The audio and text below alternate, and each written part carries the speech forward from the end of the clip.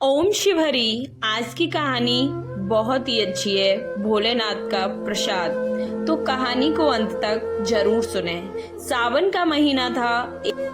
एक पति पत्नी करीब 10-12 वर्षों से बाबा के धाम सावन के महीने में शंकर भगवान जी को जल चढ़ाने जाया करते थे।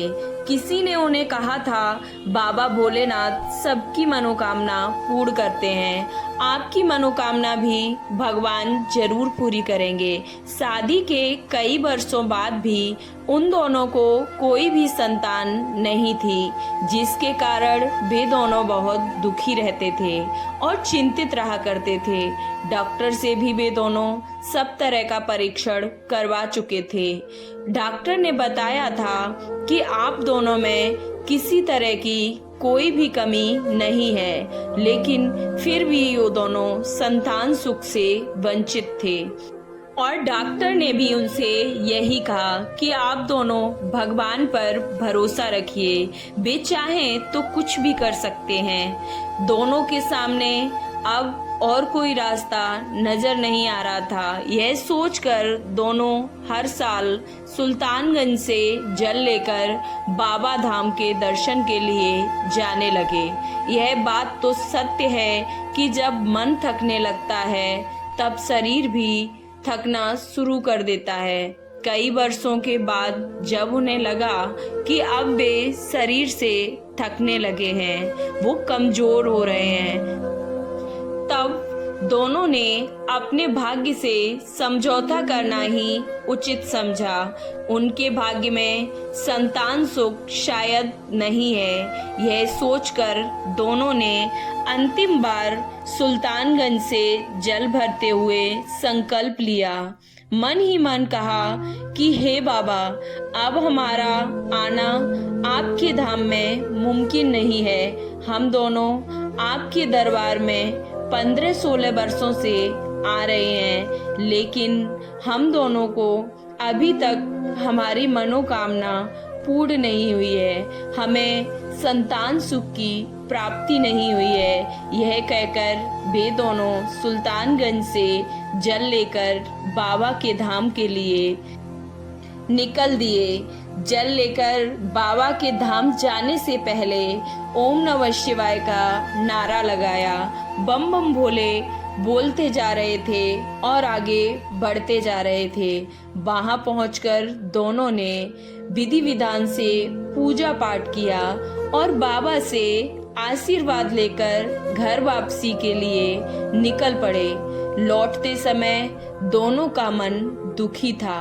अत्यंत ही दुखी मन से वह वापस चल दिए थे। बस में बैठकर यही सोच रहे थे कि अब हम क्या करेंगे। बस में बैठे सभी सवारी एक दूसरे से बातें कर रहे थे, किंतु ये दोनों ही पति पत्नी शांत बैठे हुए यही सब सोच रहे थे। अचानक बस का ब्रेक लगा और बस रुक गई। सब जो भी यात्री बस में बैठे हुए थे अत्यंत ही घबराने लगे। अरे यह क्या हुआ, बस क्यों रुक गई? बस चालक बोला, आप सब लोग बैठिए, मैं देख कर आता हूँ क्या हुआ। बहुत कोशिश करने के बाद भी जब बस ठीक नहीं हुई, बस में बैठी सभी सवारियों ने कहा, रात का समय है, हम बस कहाँ ले जाएंगे, कहाँ रहेंगे। बस चालक ने कहा, आप सब घबराइए मत, हम रात में ठहरने के लिए कहीं न कहीं कोई न कोई व्यवस्था जरूर करेंगे। आप घबराइए नहीं, आप सबको हम कोई परेशानी नहीं होने देंगे। थोड़ी ही दूर पर एक आश्रम था। उसी आश्रम में बस वाले सभी सवारियों को ठहराने की व्यवस्था करने लगे। और जब बस के चालक ने कहा, आप सब यहाँ आराम कीजिए, मैं बस के पास जा रहा हूँ, और इतना बोलकर वह वापस वहीं चला गया, वहीं मैं आराम करूँगा। यह कहकर बस चालक चला गया। सभी यात्री आश्रम में ही रुके, खाना खाया और अपनी अपनी चादर बिछाकर आराम से सो गए। सभी यात्री नींद में सो रहे थे, लेकिन इन दोनों पति पत्नी को नींद नहीं आ रही थी। कभी इधर तो कभी उधर करवट बदलते जा रहे थे। कुछ भी समझ नहीं आ रहा था। धीरे धीरे कुछ समय पश्चात पति को तो नींद आ गई, लेकिन पत्नी की नींद अभी भी गायब थी। वो बस जागे ही जा रही थी।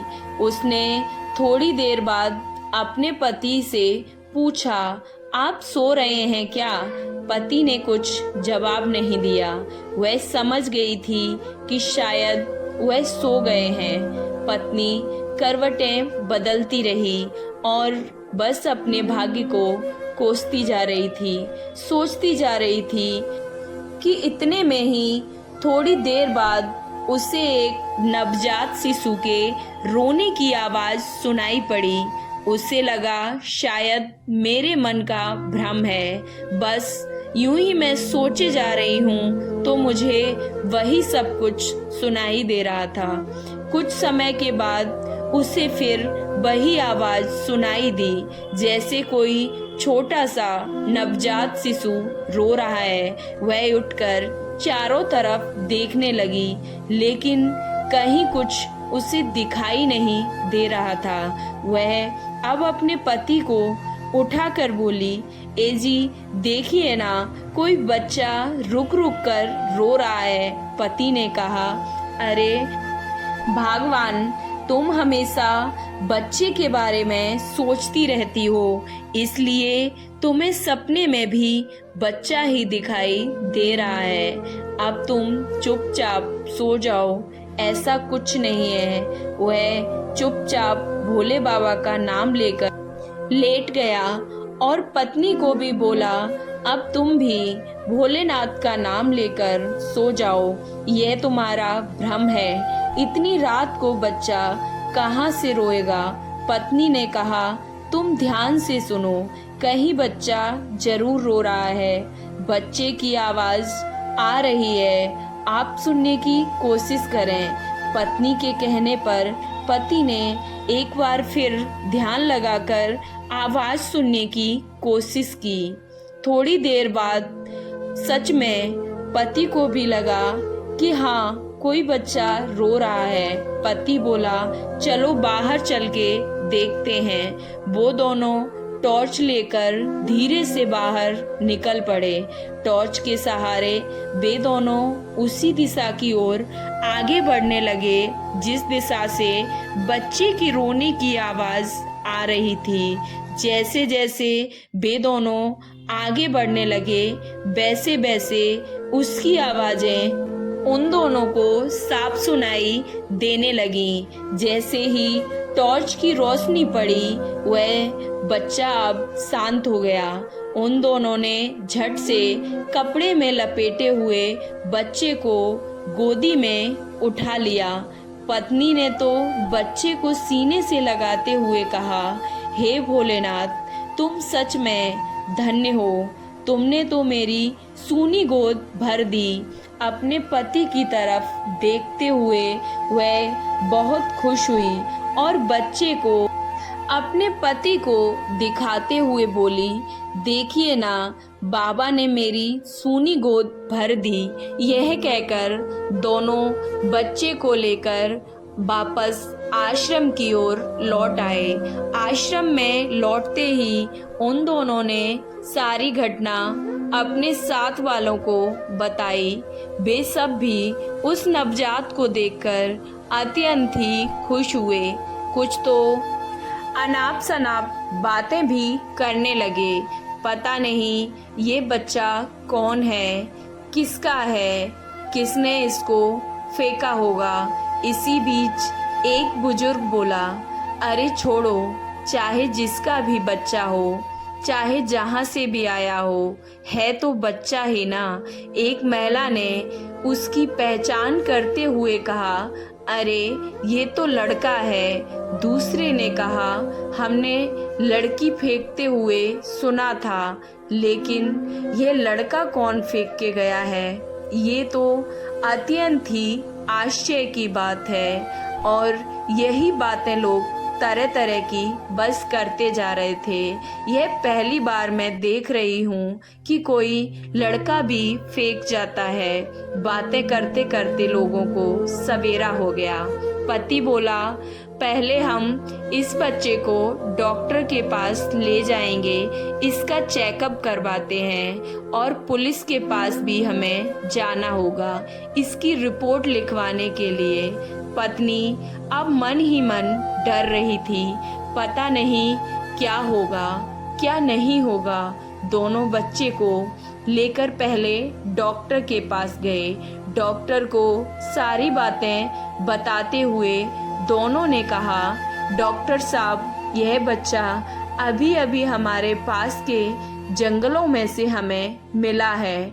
डॉक्टर ने बच्चे का अच्छे से चेकअप करते हुए कहा कि बच्चा एकदम ठीक है, थोड़ी सी इसको ठंड लगी है, मैं दवा देता हूँ, सब ठीक हो जाएगा। डॉक्टर ने कहा, आप दोनों बच्चे को इस तरह नहीं ले जा सकते, आपको पहले इस बच्चे के बारे में पुलिस को सूचना देनी होगी। डॉक्टर ने कहा, मैं पुलिस को यहीं बुलाता हूँ। तो स्त्री ने पूछा, डॉक्टर साहब, यह बच्चा अभी कितने दिन का होगा? डॉक्टर ने कहा, 2-3 दिन का तो होगा। तब तक वहाँ पुलिस भी आ गई।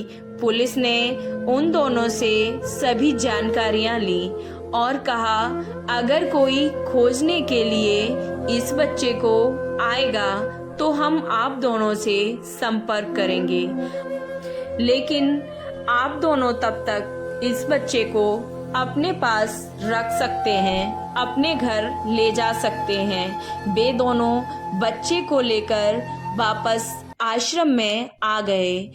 बस भी अब ठीक हो गई थी। दोनों खुश होकर बच्चे के साथ घर लौट आए। घर पहुंचने के बाद दोनों ने अपने पड़ोसियों और सभी सगे संबंधियों आदि को सारी घटना बता दी। सभी बहुत खुश हुए। उन्होंने बच्चे का नाम अब रुद्र रखा। समय के अनुसार रुद्र पढ़ लिख कर बड़ा आदमी बन गया। अब रुद्र के विवाह के लिए रिश्ते भी आने लगे थे। एक दिन माँ ने पूछा, बेटा, अब हम तुम्हारी शादी करना चाहते हैं। अगर बेटा आपने कोई लड़की पसंद की है तो हमें बता दो, या फिर तुम मेरी पसंद की लड़की से शादी करोगे। रुद्र ने कुछ सोचकर कहा, माँ, मुझे 1 सप्ताह का समय दीजिए और फिर मैं आपको जो सही होगा मैं बता दूंगा। इतना कहकर रुद्र अब वहां से चला गया। 1 सप्ताह बाद रुद्र ने अपनी माँ से बोला, माँ, मेरे साथ एक लड़की काम करती है, उसका नाम सुमन है। मैं उसे 2 वर्षों से जानता हूँ और उसे पसंद भी करता हूँ। मैं चाहता हूँ कि अगर आप और बाबूजी भी उसे देख लें तो अच्छा रहेगा। बेटे के पसंद से माँ और बाबूजी बहुत खुश हुए। रुद्र और सुमन की शादी अब हो गई। दोनों परिवार बहुत खुश थे। सुमन अपने सास ससुर को बहुत प्यार करती थी, उनका बहुत ख्याल रखती थी। सास ससुर भी सुमन को अपनी बेटी की तरह मानते थे। सुमन को इस बात का पता तक नहीं था कि रुद्र उनका बेटा नहीं है। लेकिन कुछ वर्षों के बाद रुद्र की माँ का स्वर्गवास हो गया। माँ के स्वर्गवास के पश्चात रुद्र के पिता महेश बहुत उदास रहने लगे थे। उन्हें अब अपनी पत्नी के बिछड़ने का गम उनको अधिक सताने लगा था। वह हर वक्त बस अपनी पत्नी को ही याद करते थे। ऐसे ही धीरे धीरे समय व्यतीत होने लगा। इधर बहू सुमन भी अपने ससुर से अब नाखुश रहने लगी थी। रुद्र को महसूस होने लगा था कि सुमन का व्यवहार अब बाबूजी के प्रति ठीक नहीं है, लेकिन रुद्र इस बात को कभी भी उजागर नहीं होने देता था। लेकिन रुद्र अपने बाबूजी से बहुत प्यार करता था, बाबूजी का बहुत ध्यान रखता था, लेकिन फिर भी बाबूजी की किसी किसी बात पर सुमन रुद्र से शिकायत भी करती थी। रुद्र सब सुनकर भी उन बातों को अनसुना कर दिया करता था। रोज की तरह परिवार के सभी व्यक्ति एक दिन बैठकर नाश्ता कर रहे थे। उसी दिन महेश जी बोले, बहू मुझे थोड़ा सा दही देना। सुमन बोली, बाबूजी दही तो खत्म हो गया है, दूध में जोरन डाली हूँ, दोपहर में खाने के समय तक दही बन जाएगा। यह कहकर वो चली गई। रुद्र ये सुनकर भी कुछ नहीं बोला। वह अपना दही बाबूजी को देते हुए बोला, बाबूजी यह दही आप खा लीजिए। बाद में रुद्र ने देखा कि रसोई घर में दही था। इस तरह की घटनाएं पहले भी 2-3 बार बाबूजी के साथ हो चुकी थी, पर रुद्र कभी भी सुमन से कुछ भी जाहिर नहीं होने देता था। इस तरह से समय अब गुजरता जा रहा था। महेश जी कभी कभी अपनी बहू की कोई भी बात किसी से भी नहीं कहते थे, लेकिन वह मन ही मन अत्यंत ही दुखी रहते थे, उदास रहते थे। बस अपनी पत्नी को याद करके उन्हीं के बारे में सोचा करते थे। बेटा अपने पिता के दुख को समझ भी रहा था और महसूस भी कर रहा था। रविवार का दिन था। उस दिन बहू ने रुद्र की पसंद का भोजन बनाया था। महेश जी भी खुश थे। तीनों भोजन करने के लिए बैठे ही थे। उस दिन सुमन ने किसी को दही नहीं दिया था। महेश जी ने पूछा, सुमन मुझे थोड़ा सा दही चाहिए है तो मुझे दे दो। सुमन ने झट से कहा, नहीं बाबूजी, आज दही नहीं बनाई हूँ, मैं भूल गई थी। रुद्र चुप से रसोई में जाकर देखा तो दही था। वह कुछ नहीं बोला। वह अपनी पत्नी के स्वभाव से बहुत परेशान रहता था, बहुत दुखी था। एक दिन अचानक से उसने अपने पति से कहा, तुम अपना और हमारा सभी का सामान बांध लेना, हम सब यहाँ बाबूजी के साथ नहीं रहेंगे और हम कहीं दूसरी जगह जाकर रहेंगे। उसने दूसरे दिन अपने बाबूजी से बोला, बाबूजी हमारी वजह से आपको बहुत परेशानी हो रही है, इसलिए हमने यह फैसला किया है कि अब हम अलग रहेंगे। महेश जी ने तो ये कभी सपने में भी नहीं सोचा था कि एक दिन ऐसा भी आएगा कि पत्नी के स्वर्ग सिधारते ही उन्हें रुद्र छोड़कर चला जाएगा।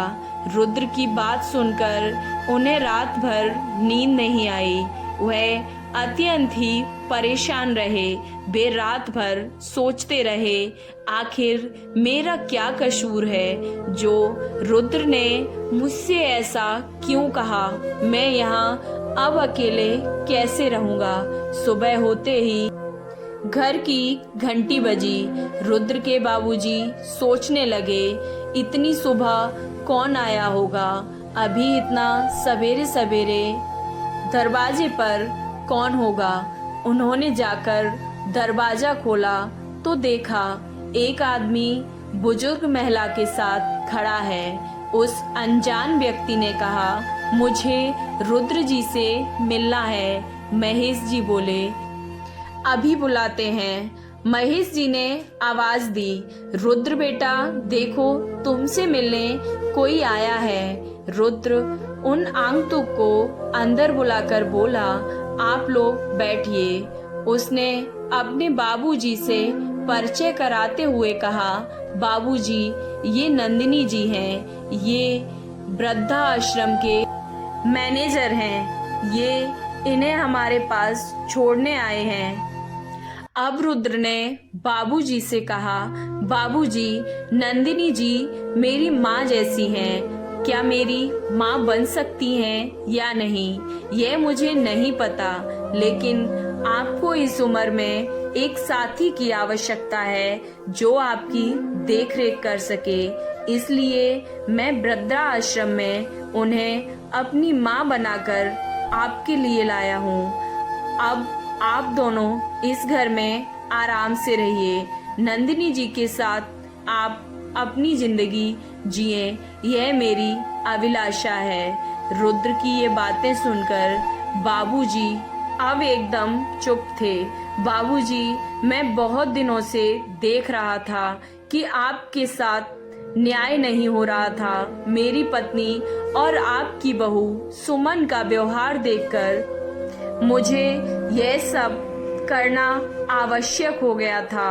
अगर सुमन आपको अपने पिताजी की तरह व्यवहार करती तो शायद मुझे यह सब करने की जरूरत ही नहीं पड़ती, और यह सब करने का मेरा एक ही मकसद है, वह है आपकी खुशी। रुद्र अपनी पत्नी से कहा, सुमन, तुम यहाँ से चलो, यह घर बाबूजी का है, हमने किराए पर एक मकान ले लिया है, अब हम वहीं रहेंगे। हम माँ और बाबूजी से मिलने आया करेंगे। रुद्र अपने पिता के घर के पास ही किराए पर एक मकान ले लिया था, जिससे वह अब अपने बाबूजी का देखभाल भी अच्छे से कर सकता था और उनको देखकर यह भी जान सकता था कि वो ठीक है कि नहीं। नंदिनी जी का भी इस दुनिया में अब कोई नहीं था। एक बहुत ही बड़ी दुर्घटना में उनके अपने सभी घर के लोग स्वर्ग सिधार गए थे और सिर्फ वही बची थी।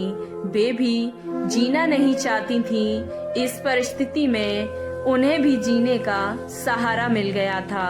अब नंदिनी और महेश जी एक साथ रहकर अपनी बाकी की बची हुई जिंदगी जीने लगे। रुद्र महेश जी का अपना बेटा नहीं था। उसने जो किया वह शायद अपना बेटा कभी नहीं करता। रुद्र भगवान भोलेनाथ के आशीर्वाद से महेश जी को बाबा धाम की 15 वर्ष की यात्रा के दौरान प्रसाद के रूप में भोलेनाथ से मिला था। ये कहानी आपको कैसी लगी, और अगर अच्छी लगी तो कमेंट बॉक्स में ओम नमः शिवाय जरूर लिखें। वीडियो को लाइक, चैनल को सब्सक्राइब करना ना भूलें। जय श्री कृष्णा, राधे राधे।